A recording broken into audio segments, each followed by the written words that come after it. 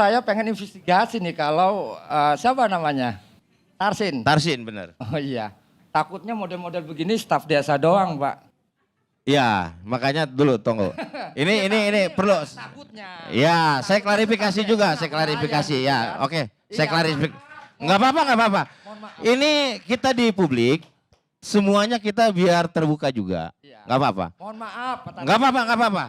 Saya juga sama, justru saya yang merasa mewakili orang Kabupaten Tangerang. Kang Holid saja, ya, orang dari Serang segitu perhatiannya dengan Kabupaten Tangerang. Apalagi kami, warga Tangerang, jelas punya tanggung jawab, ya. Tolong itu. Amin.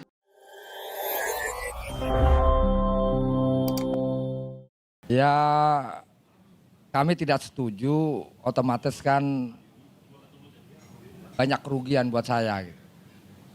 Nah, kemarin setelah saya ngobrol di Iwan itu, ada beberapa, saya sedikit cerita dulu, ada beberapa yang penelpon gelap ke saya. Oled, kamu itu bukan orang Tangerang katanya kan.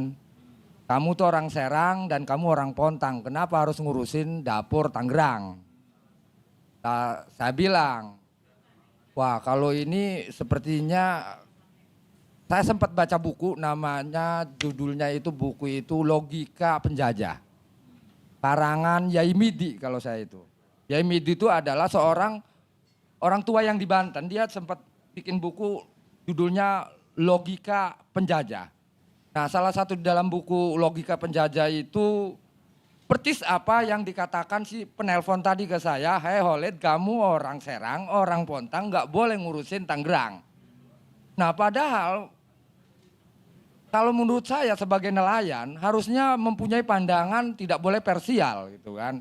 Nah, ciri-ciri penjajah itu yang mempunyai pandangan parsial. Sampai tingkatannya kita nggak boleh nolongin tetangga kita yang sedang kelaparan atau tetangga kita yang sedang dijajah. Begitu juga di laut. Kalau orang laut itu haknya. Ketika Tangerang menangis ya orang Serang juga harus menangis. Ketika Rempang menangis, iya orang Serang juga harus menangis, harus ikut sakit. Ketika pesisir Manado Utara menjerit, ya orang Serang juga harus menjerit. Nah artinya ketika saya ngomong bahwa ini adalah dampak yang sangat berbahaya buat kami sebagai nelayan dan petani. Justru ketika saya melihat kejadian-kejadian di laut gitu kan, pemagaran laut, kemudian tanah diuruk, kali diuruk gitu. Ya saya bilang tadi saya ini seperti dikelola oleh orang-orang yang kerangka berpikirnya cacat gitu Pak Karni. Kenapa cacat? Lingkaran yang besar kok dipaksa untuk masuk ke lingkaran yang kecil. Contoh, kedaulatan negara harus dicaplok kepada korporasi. Nah saya nggak mau dikelola seperti ini. Kenapa tidak mau? Dan pokoknya lebih baik saya melawan daripada hidup saya sebagai petani nelayan dikelola oleh korporasi. Karena Ainal yakin kalau saya ini sebagai rakyat dikelola oleh korporasi itu sampai kiamat anak cucu saya pasti miskin. Karena saya sebagai objek yang dikelola, dia yang mengelola. Karena kenapa? Yang namanya korporasi itu pasti mikirnya untung rugi. Lah kalau negara pasti ada bicara tentang keadilan sosial bagi seluruh rakyat Indonesia dan kesejahteraannya. Nah cuman di sini kami nggak merasa itu. Kami tidak merasakan itu. Justru kami merasakan saya ini dikelola oleh korporasi. Anda sendiri jadi nelayan di mana?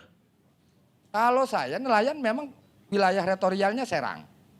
Tapi yang namanya laut itu ketika orang Serang nggak ada ikan, bisa ke Tangerang. Ya orang Tangerang juga, orang kayak macam Pulau Seribu, cari udang kipasnya kadang di Pulau Pemujan di sana, di Serang. Itulah laut gitu. Orang Serang juga bisa nelayan di Lampung. Orang Lampung tuh kalau nggak diikan ya boleh. namanya laut itu ya satu kesatuan. Jadi Indonesia ini bukan dipisahkan oleh laut, tapi disatukan oleh laut, gitu kan. Nah, ketika ada nelayan di Tangerang yang menjerit, gitu kan, karena pagar-pagar ini terkotak-kotak, gitu kan. Entah ini untuk apa, tapi saya paham itu untuk apa. Mungkin artinya ya udah saya bilang di TV buat budidaya rumput laut bukan, buat kerang hijau juga bukan, buat rumpon juga bukan. Malah justru lebih epasnya itu ketika diplot, oh ini adalah sketsa, tambak-tambak gitu kan. Yang saya ngerinya ini ada jual beli hitam gitu. Dugaan saya di situ malah lebih logikanya masuknya di situ. Kemudian disiapkanlah gerek-gerek dibeli gitu kan, dioper nama lagi menjadi akte jual beli, kemudian di SHM kan atas nama yang lain gitu kan. Saya justru mikirnya begitu, karena ketika saya mikir untuk budidaya rumput laut juga nggak masuk.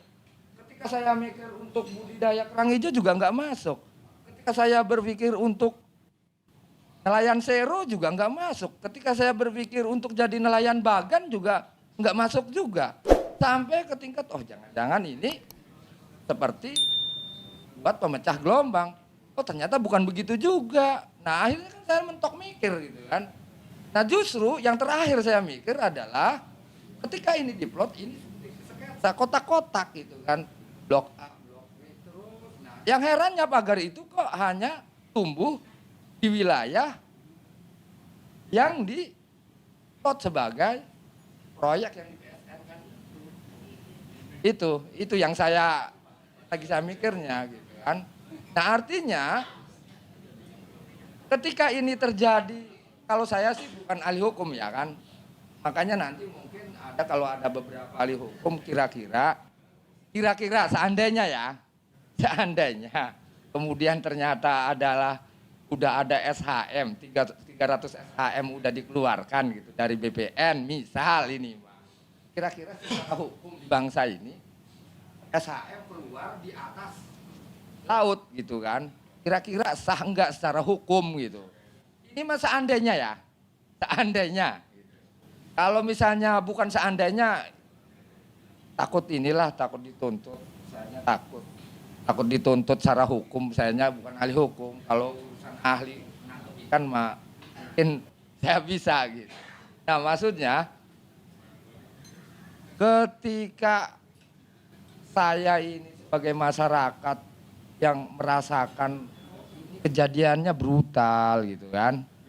Laut dipagar, di kotak-kotak, sehingga ketika saya untuk mencari ikan ini ruang lingkupnya jadi sempit gitu.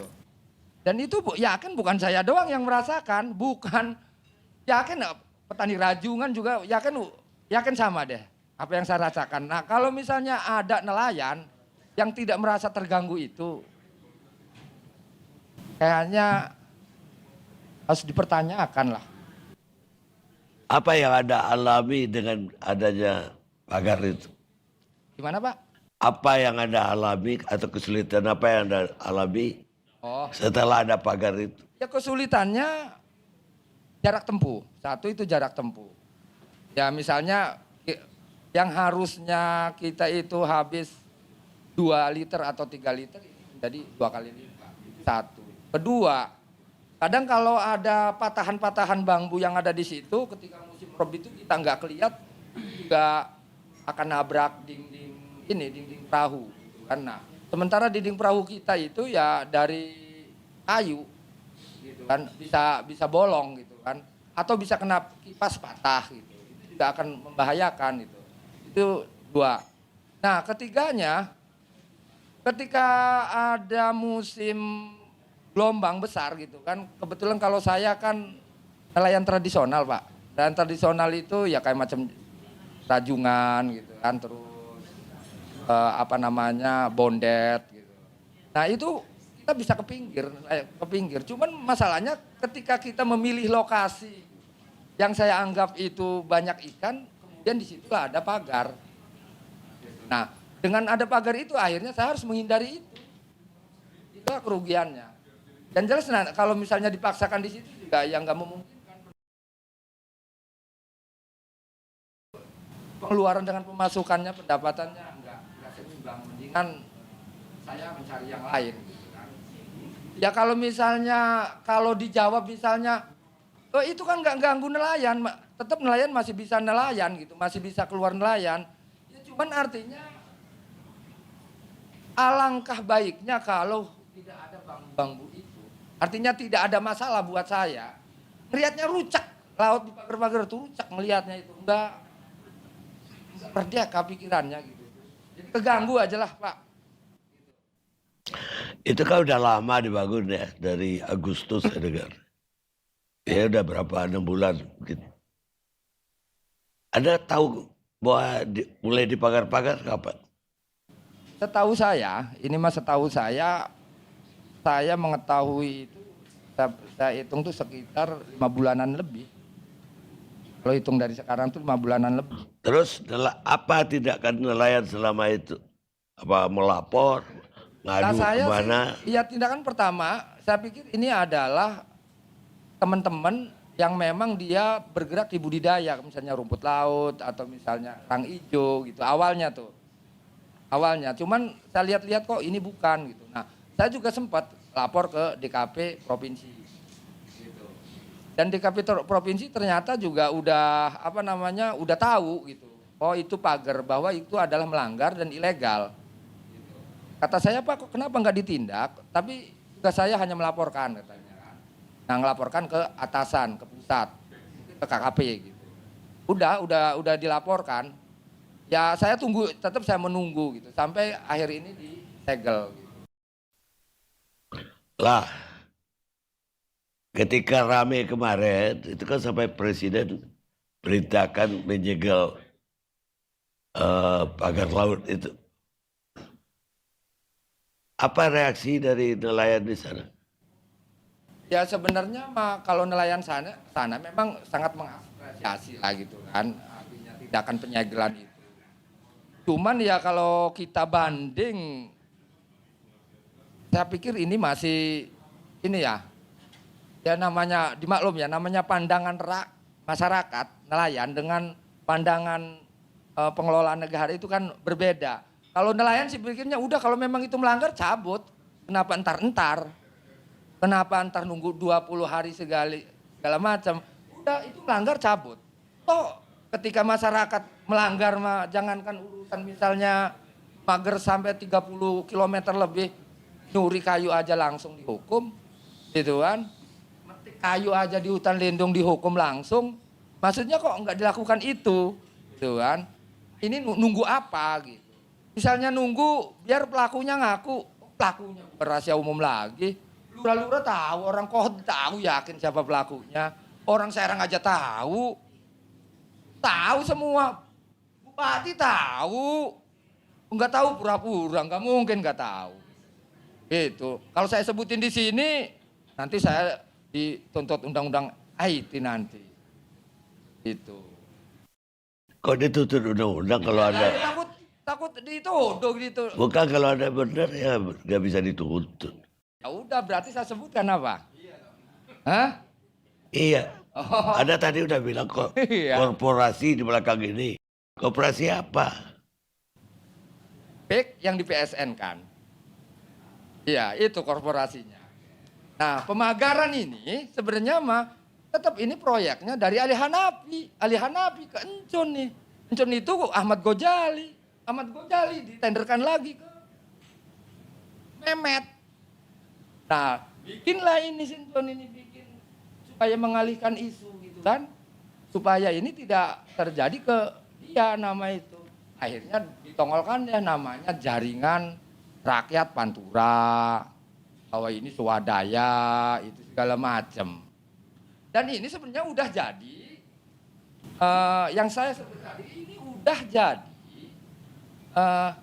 materi gugatan di pengadilan. Gitu. Nah kalau ngomong Ali Hanafi, silakan aja semua di sini juga tahu siapa. Tangan kanannya siapa maksudnya. Itu kan. Kalau ngomong aguan segala macam ya berarti kan Antoni Salim segala macam. Itulah korporasinya maksudnya. Dan jika negara tidak berani ke itu, saya akan lawan. Banten saya akan pimpin melawan itu. Terima kasih. Hebat.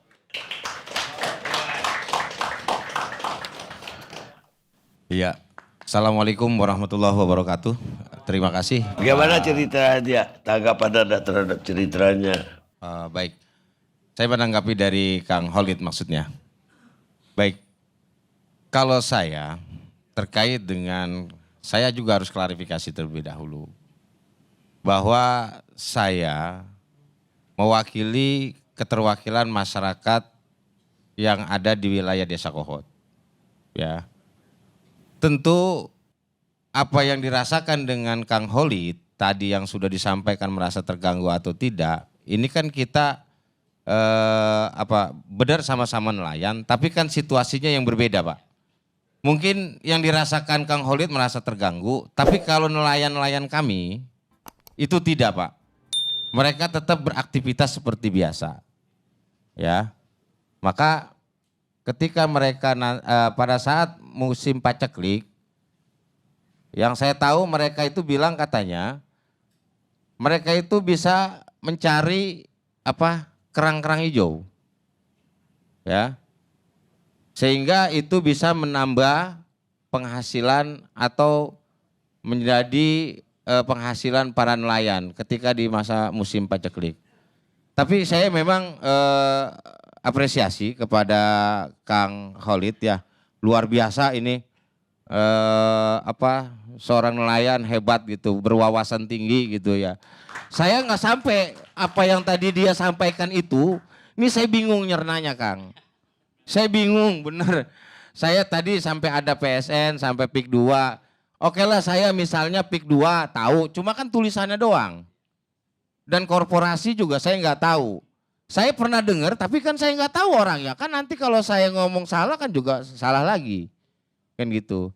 Mungkin kalau untuk sejauh ini Kang Khalid mohon maaf karena mungkin apa yang dirasakan Kang Khalid dan rekan-rekan yang lain dan kami yang ada di Kohot ya juga mungkin nggak sama ya, mungkin saya rasa juga kita nggak bisa memukul sama rata ya, mungkin nggak semuanya juga apa yang dirasakan Kang Khalid sama dengan teman-teman yang lain dan ini juga kan kita nggak bisa menarik kesimpulan terlebih dahulu Pak kan gitu. Pasti kan masih ada pro dan kontra. Nah saya nggak tahu, misalnya kalau teman-teman nanti lebih banyak yang mana, lebih kontranya setuju apa tidak setuju misalnya. Ya kan, gitu. Nah cuma gini, jujur aja kalau misalnya untuk Kohot, kita jujur tidak merasa ada gangguan. Mungkin itu aja Kang Khalid, terima kasih. Ya. Terima kasih. Ya. Mungkin sedikit tanggapi ya. Ya. Ya. Ya artinya saya pengen investigasi nih kalau siapa namanya? Tarsin. Tarsin benar. Oh iya. Takutnya model-model begini staf desa doang, Pak. Ya, makanya dulu tunggu. Ini perlu. Takutnya. Ya, saya klarifikasi juga, saya klarifikasi ya. Oke, saya klarifikasi. Enggak apa-apa. Ini kita di publik semuanya kita biar terbuka juga. Enggak apa-apa. Mohon maaf, Pak. Enggak apa-apa. Saya juga sama, justru saya yang merasa mewakili orang Kabupaten Tangerang. Kang Khalid saja ya, orang dari Serang segitu perhatiannya dengan Kabupaten Tangerang. Apalagi kami warga Tangerang jelas punya tanggung jawab. Amin. Ya. Tolong itu. Amin. Terus kalau terkait saya, mohon izin Kang Khalid ya, kita bersaudara semua di sini. Kalau terkait dengan saya, kan saya dari awal udah bilang, saya mewakili nelayan. Karena pada waktu itu, saya memberitahukan kepada nelayan saya, coba tuh ada konferensi pers. Coba ngomong sono, waduh, saya takut, kata dia. Waduh, akhirnya karena saya dikonfirmasi, akhirnya saya datang kan. Karena nelayan-nelayan saya takut, karena nggak biasa. Mohon izin Pak Karni. Jadi karena nggak berani itu, ya udahlah. Saya ngomong, saya waktu itu pun mewakili nelayan. Dan itu pun saya hasil bertanya kepada teman-teman saya, kelompok nelayan yang ada di Kali Cisadane, Kang. Nama kelompoknya. Iya, Nama kelompoknya enggak bukan apa? nama kelompoknya. Apa? kelompok nelayan Kali Cisadane. Ya. Maksudnya biar saya ingat itu. Oke. Biar saya main ke kohot. Ya, nggak apa-apa, kita silaturahmi, kita tali. Artinya nelayan juga nggak boleh blow on amat. Saya setuju kalau nelayan itu nggak boleh bodoh. Masa Oke, nelayan setuju, bego? setuju. Sering banyak makan ikan yang seger-seger kok. Oh ya. Gitu kan. Tapi gini, Kang, ya. Tapi gini, ya. Kebetulan karena saya juga staf desa di pelayanan. Begitu dong, artinya. Iya, makanya kan saya juga perlu mengklarifikasi. Justru tadi sebelum-sebelumnya juga saya diundang oleh ILC ini. Saya terima kasih Pak Karni. Di sini saya mau mengklarifikasi bahwa memang saya selain staf desa, saya juga mengelola kelompok nelayan. Terima kasih Pak. Iya, Enggak mau ya. saya jawab udah. Iya, iya. Artinya ya saya juga gitu. Mungkin itu aja dari saya, Pak Karni.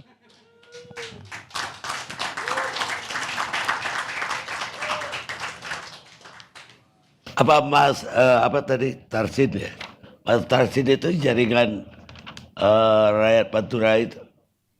Betul sekali Pak Karni. Saya nelayan mewakili nelayan Pantura karena saya juga kelompok dari nelayan Pantura. Begini yang Pak ada di Karni, Desa bisa Kawat. saya sedikit ini enggak? Boleh, boleh. Kasih masukan tentang pengetahuan itu kan. Hmm. Seseorang berpikir apapun itu tergantung sumbernya. Ya kan? Kalau sumber pengetahuannya keruh, maka pengetahuannya akan keruh. Sumber pengetahuan yang keruh yang jernih itu tergantung motivasinya. Kalau motivasinya kesementaraan, keterlibatan tentang misalnya staf atau jabatan atau harta atau ketenaran atau apa, dia akan keruh pemikirannya. Karena terganggu dengan kepentingan yang sementara ini. Jernih dan tidaknya pengetahuan itu tergantung dari motivasinya. Kalau motivasinya keabadian, dikarenakan Allah, maka yakin pengetahuannya akan jernih. Dan saya percaya itu.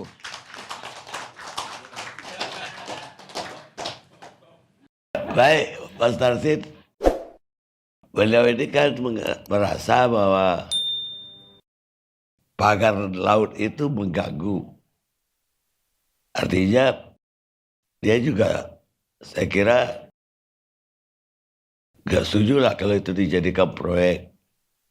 Anda terganggu gak dengan PIK 2? Untuk sejauh ini, kalau saya tidak mengkaitkan ini kepada kegiatan PIK 2, ya. Tapi dengan adanya bambu-bambu yang tadi dimaksud, nelayan kami setelah bertanya, ya, itu tidak terganggu dengan adanya bambu-bambu tadi. Walaupun Ya, tadi belayarnya lebih jauh katanya. Solarnya lebih. kalau misalnya berlayar lebih jauh, saya rasa enggak juga, ya.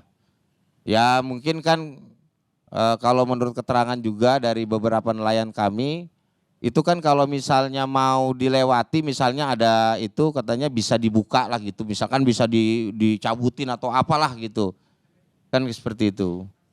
Sehingga mereka dengan sendirinya enggak merasa terganggu gitu. Mungkin itu aja sih. Anda sehari-harinya nelayan atau staf desa? Saya staf desa tapi mengurus nelayan gitu. Karena di kami itu ada nelayan lokal, ada nelayan pendatang juga gitu. Ya, jadi Anda tidak mengalami sehari-hari bagaimana berlayar ke. Kalau bicara mengalami enggak gitu. Tapi saya juga berdasarkan informasi yang diterima dari rekan-rekan nelayan di lapangan. Mungkin begitu Kak. Maaf, sebenarnya kalau misalnya untuk mengetahui sesuatu informasi gitu kan, tentang persoalan apa yang terjadi di lapangan. Saya pikir kalau misalnya tanya di staf desa ataupun misalnya desa, kelurahan, pasti yang kalau di wilayah Tangerang ini tidak akan pernah jernih. Dia tidak akan pernah menginformasikan dengan realitas yang nyata. Gitu kan. Kan ukuran manusia itu diukur ketika dia berpikir harus sesuai dengan kenyataan. Jangan katanya. Kalau ini kan sebenarnya apa masih katanya, gitu kan. Nah, Normal tidak normalnya seseorang itu diukur dari kenyataan yang ia bicarakan. Kalau yang dikatakan itu tidak sesuai dengan kenyataan, berarti ya saya bilang minha. Minha itu setengah dari 100. Enggak 100. Berarti ada sesuatu yang cacat dalam berpikir. Gitu kan. Jangan-jangan artinya gini. Bagaimana ini proyek yang sedang berlanjut. Misal ada penggusuran, ada pemagaran laut, ada penimbunan sungai gitu kan. Tanya sama lurah misalnya. Dia enggak pernah dirugikan. Semua lurah kayak lurah Moncong, lurah Keronjo gitu kan. Termasuk yang di Kohot, yang lainnya. Bicara dan bikin konten, bikin TikTok ataupun apa. Itu dia merasa tidak terganggu dan ini sangat menguntungkan gitu. Ya wajar karena ada keuntungan dari transaksi tanah itu. Bahkan lurah pun pada jadi calo di situ. Kira-kira secara hukum bener apa enggak ketika lurah jadi calo. Gitu kan. Kira-kira ini mah. Yo hadirin yang ada di sini, kira-kira lurah jadi calo tanah halal apa enggak gitu aja. Jadi temanya kalau nggak salah dengar tadi Bang Karni siapa dalang pagar laut gitu Bang ya. Ini kan kita disuguhi drakor nih Bang. Drakornya bukan drama Korea, tapi drama kotor. Masa ada kerjaan 6-7 bulan, magar sampai 30,16 kilometer, nggak ketahuan. Tadi Susan bilang sejak Agustus sudah dilaporkan ke Dinas Kelautan dan Perikanan. Dan kepala dinasnya siapa namanya Eni atau Evi itu perempuan itu yang mengaku pada Agustus itu panjangnya baru 7 kilometer. Kemudian waktu September tadi disebut juga sudah ada instansi gabungan sidak itu sudah 23 kilometer. Sekarang jadi 30,16 kilometer. Jadi ini barang ini jalan terus Bang. Kalau kita ikutin apalagi media sosial, grup-grup WA, itu kemarin masih ada beredar lagi video pendek kepala desa Kohot lagi ngomandanin. Pasang itu bambu-bambu gitu. Saya nggak tahu kapan kejadiannya, tapi narasinya kepala desa Kohot sedang mengomandani. Ini barang kelihatan semua nih Bang, aneh juga gitu loh. Kalau orang kompak semuanya mengatakan sampai sekian bulan nggak tahu siapa. Ini sebetulnya kan barang gampang gitu. Barang gampang nih. Siapa namanya Pak Tasrin ya. Panggil aja. Ditanya, kamu nelayan betul? Enggak Pak, saya staf desa. Ah, kan satu kan. Lalu kamu bilang kamu swadaya membiayai ini. Iya Pak. Kamu tahu berapa biayanya ini? 30,16 kilometer.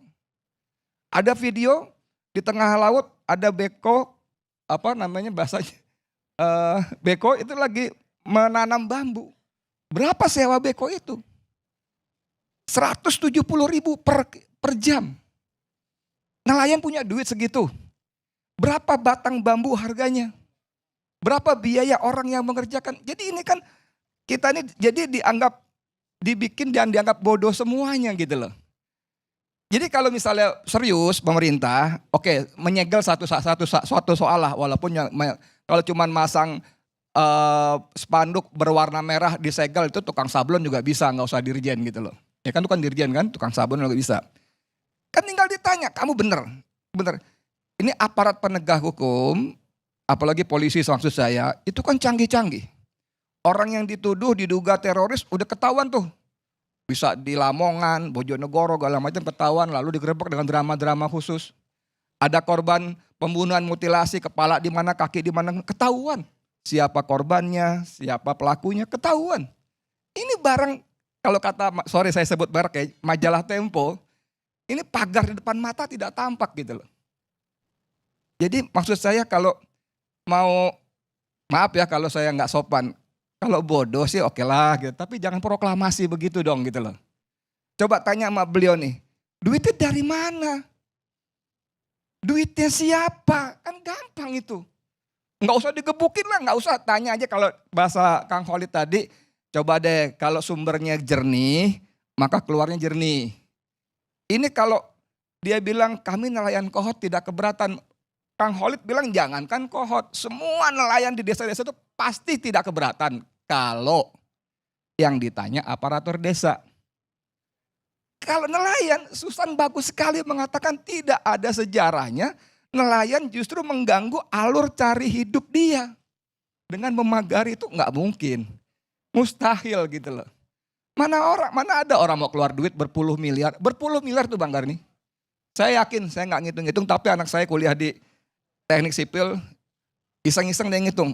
Ini segini, benar. Dengan asumsi sekatu batang sekian. Udah dihitung. Anak masuk semester 5 sipil. Udah dihitung, itu berpuluh miliar. Jadi maksud saya gini loh. Ini kan menunjukkan lagi bahwa memang ada kekuatan yang dianggap sangat dahsyat Bang Karni. Sangat dahsyat sehingga nyaris tak tersentuh. Dan dia merasa bisa melakukan apa saja. Bukan rahasia. Tadi Kang Khalid menyebut ini kerjaannya namanya mandornya Memet. Ordernya dari Gojali atau Engcun. Perintah dari Ali Hanafiyah, Lijaya. Siapa dia Ali? Ali itu adalah orangnya Aguan. Itu satu rentetan gampang banget gitu loh. Tadi Bang Karni mengatakan bahwa negara sudah hadir kok. Kemarin si Ahmad Muzani, Sekjen Gerindra, Ketua MPR mengatakan Pak Prabowo sudah setuju memerintahkan mencabut. Dan menurut kita memang bukan mensegel. Perintah bongkar sebetulnya. Perintah bongkar, tangkap, pidanakan pelakunya. Tadi saya juga baru dengar dari Susan tadi bahwa ternyata di bawah bambu itu ada karung-karung yang mengganggu ekologi, itu udah pidana kriminal. Kan masalah kemauan apa enggak. Cuman Bang Karni, kita tahulah siapa Sakti Wahyu Trenggono. Ini kan bagian dari inventarisnya Joko Widodo. Bagian dari 17 bekas menterinya Joko Widodo. Makanya mohon maaf, saya pagi tadi bikin konten juga di Bang Edi channel saya. Begitu perintah Prabowo untuk mencabut, saya ragu. Apakah Sakti Trenggono akan melaksanakan? Karena sebagai menteri dia harus melaksanakan perintah bosnya. Tapi sebagai loyalis Jokowi dia bingung. Gimana ya? Dan ini bukan kata saya Bang Karni. Dalam beberapa kesempatan, itu Prabowo mengatakan di depan publik. Saya tahu kok dulu waktu masih di sebelah sana, Saudara Trenggono kan memimpin pasukan melawan saya. Itu mulutnya Prabowo bisa dibuka. Gampang. Nah maksud saya begini Bang Karni. Ini barang gampang, tinggal masalahnya political will aja. Niat baik aja, mau apa enggak. Ini aduh coba deh kalau saya Bang Karni tanya sama teman kita di depan saya ini. Berapa kamu iuran tiap nelayan? Berapa? Siapa yang mengerjakan nanam bambu? Enggak kejawab. Hakul yakin. Enggak kejawab. Berpuluh miliar itu. Gitu Bang Karni. Kemudian saya ingin mengomentari Pak Nur Mutakin. Ngomong-ngomong soal RT RW. Yang lagi-lagi saya dengar Susan tadi bagus juga. Bahwa enggak ada participation meaningful dari masyarakat. Tapi oke lah, saya mau lihat saja. Ini tadi saya buka-buka ketik-ketik. Ini ada, sebentar. Astagfirullahaladzim.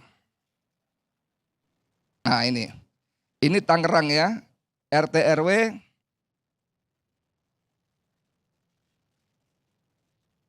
...2011 sampai 2031.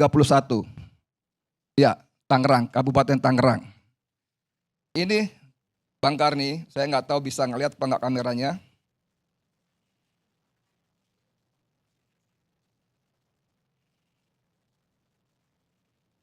Nah ini. Mana kameranya? Sini ya. Oke sini ya. Ini di bagian atas, ini sebagian besar warna hijau. Ada sedikit hijau tua. Saya lihat di legendanya, di keterangannya, hijau tua itu hutan lindung. Mangrove, sebagian tadi. Sementara hijau besarnya tadi, ya, hijau besarnya itu adalah kawasan pertanian.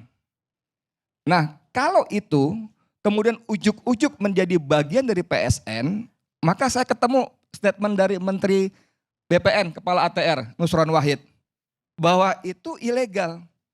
Karena status maka dia mengatakan pengembangan PIK 2 menyalahi RT RW. Itu bukan kata saya, gampang di googling ketemu. RT RW-nya menyalahi. Yang kedua, ini memang seperti kata Susan tadi, karena kita sudah kadung tidak percaya kepada integritas pemerintah.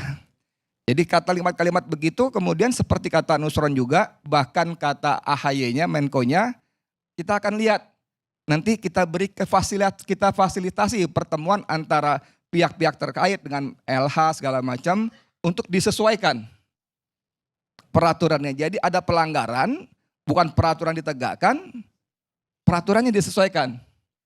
Kalau saya misalnya naik mobil, kemudian saya nggak sempat nginjek rem, udah merah saya masih melaju, maka saya nggak ditilang. Tapi mulai sekarang lampu merah berarti boleh jalan. Ini yang terjadi di negeri kita begitu Bang Ari. Nah, kembali ke soal tadi, siapa dalangnya sudah jelas. Sudah jelas, tidak perlu 20 hari, sudah jelas. Dirjen Pung itu, yang gagah ganteng itu waktu dia memberikan segel itu, mengatakan kita lihat siapa yang memberi izin. Tadi beliau mengatakan kalau daripada beliin sertifikat, mendingan urus izin aja. Pendapatan pajak, PNBP, pendapatan negara bukan pajaknya cuma 1.800. Wah, menggiurkan juga gitu loh. Kan aneh gitu ya. Saya nggak tahu sejarah Tangerang, apakah betul nanti mereka mengatakan ini dulu lahan. Lalu karena abrasi pantai, sekarang kita urus. Ada nanti restorasi dan sebagainya. Ini jelas, ini adalah semuanya prakondisi untuk kepentingan PIK 2. Tadi beliau mengatakan kenapa diserahkan kepada Agung Sedayu? Karena ada 5 wilayah yang terpecah-pecah harus disatukan. Bang Karni, saya nggak tahu persis aturan di pemerintahan, Pak Nur Mutakin yang lebih paham pastinya. Setahu saya ada namanya pekerjaan yang namanya kalau di atas 200 juta, 250 juta harus tender. Pertanyaan saya, kenapa yang diberikan keistimewaan kesempatan hanya Agung Sedayu? Ada sekian ratus, mungkin sekian ribu perusahaan lain. Kenapa yang lain enggak? Kalau kita lihat kronologisnya, status PSN untuk PIK 2 termasuk BSD itu diumumkan 2 hari oleh Jokowi, 2 hari setelah pengumuman Pilpres. Seperti ditulis oleh majalah Tempo, Aguan mengatakan kami harus menyelamatkan wajah presiden karena IKN tidak kunjung ada investor. Kami kerja pontang-panting 9 bulan dan kami babak belur. Jadi dari rangkaian cerita ini, jangan salahkan rakyat kalau rakyat berpendapat ini adalah terima kasih Jokowi kepada Aguan. Pada Aguan, Kang Khalid tahu betul bagaimana Lijaya itu sudah menjadi momok monster di kalangan rakyat yang tanahnya dirampas. Di ujung semua itu, saya mau tanya, apakah Majelis Ulama Indonesia yang kemarin Mukernas mengeluarkan 12 rekomendasi, rekomendasi nomor 11 mendesak pemerintah untuk membatalkan PSN PIK 2 karena banyak mudaratnya. Apakah itu ulama-ulama, nah ini ada MUI-nya nih. Apakah ulama-ulama tidak cukup berharga untuk didengar rekomendasinya? Seruan serupa datang dari Muhammadiyah, dari PBNU, bukan Said Akil Sirot ya, dari PBNU. Dari Matlaul Anwar, organisasi masyarakat Islam yang sangat kuat di Banten dan sebagainya. Belum lagi para aktivis, para ilmuwan, segala macam. Apakah semua itu tidak cukup membuat Prabowo memberikan atensi? Sampai hari ini kita belum mendengar dari mulut Prabowo sendiri, Bang Karni. Perintah mencabut itu kan baru katanya-katanya. Kita tidak tahu apakah itu akan dilaksanakan atau tidak. Tapi pada saat yang sama di Depok ada anak muda namanya Sandi Butar-Butar, pegawai kontrak Dinas Pemadam Kebakaran di Depok sana, tidak diperpanjang kontraknya karena katanya dia membongkar korupsi atasannya dan membongkar alat-alat damkar banyak rusak. Prabowo kasih atensi, memerintahkan Gerindra Depok untuk menekan kepala dinasnya.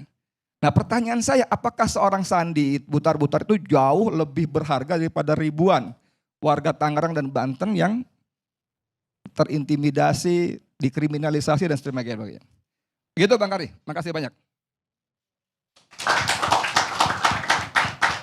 Bang Kari. Ya, teman-teman, kita sudah melihat perbincangan antara Bapak nelayan Pak Khalid dan Pak Tarsin dan wartawan senior, teman-teman. Pak Tarsin ini nggak bisa menjawab, teman-teman. Sekarang dia mengatasnamakan nelayan. Nelayan yang mana? Betul apa kata Pak Khalid? Kalau ditanyakannya pada staf desa atau gubernur wali kota, pasti ya dia bilangnya nelayan ini setuju. Nelayan ini nggak dipermasalahkan soal adanya pagar. Cobalah turun langsung. Pasti nelayan ini merasa dirugikan gitu teman-teman. Sekarang pakai logika. Nelayan mencari ikan di laut. Lautnya dipagar. Mempersulit mereka nggak? Masa iya mereka itu istilahnya apa ya? Mempersulit ruang gerak mereka mencari ikan sendiri. Logikanya nggak masuk gitu loh teman-teman. Ini Pak Tarsin ini dugaan mungkin ada sesuatu di belakang pembelaan tersebut. Betul apa yang dikatakan Pak Khalid. Nggak mungkin kalau nggak ada sesuatu. Kalau emang dia mengatasnamakan rakyat ya harusnya membela. Udah jelas-jelas pagar itu nggak benar untuk masyarakat nelayan sekitar. Gitu loh teman-teman. Gimana? Tuliskan komentar kalian di kolom komentar teman-teman. Jangan lupa like, komen, dan subscribe. Tekan lonceng notifikasinya. Salam netral. Assalamualaikum.